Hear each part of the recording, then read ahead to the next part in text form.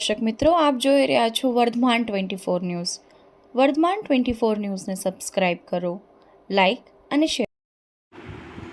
લખતર પંથકમાં વાદળછાયા વાતાવરણ સાથે ધૂળની ડમરીઓ પવન ફૂંકાતા ખેડૂતોમાં ચિંતાનો માહોલ.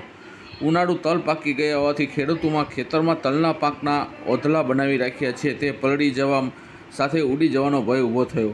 છેલ્લા ઘણા વર્ષોથી ઉનાળાના ગ્લોબલ વોર્મિંગના કારણે ધૂળની ડમરીઓ ઉડવી પવન ફૂંકાવા સાથે કમોસમી વરસાદ થઈ રહ્યો છે. લખતર તાલુકા અને સુરેન્દ્રનગર જિલ્લાને નર્મદા નદીની કેનાલોમાં સૌથી વધારે લાભ મળ્યો છે. લખતર તાલુકા સહિત સુરેન્દ્રનગર જિલ્લાના ખેડૂતો ત્રણેય સિઝનમાં પોતાના ખેતરમાં પાક લઈ રહ્યા છે. હાલ ખેડૂતોના ખેતરમાં વાવેલું ઉનાળુ તલના પાક પાકી ગયો છે. ખેડૂતોએ તલના પાકને વાવી સૂકવવા માટે થઈને તલના પાકના ઓધલા બનાવી મૂક્યા છે. ત્યારે આજે સવારથી લખતર તાલુકામાં વાતાવરણ વાદળછાયું થઈ ગયું છે.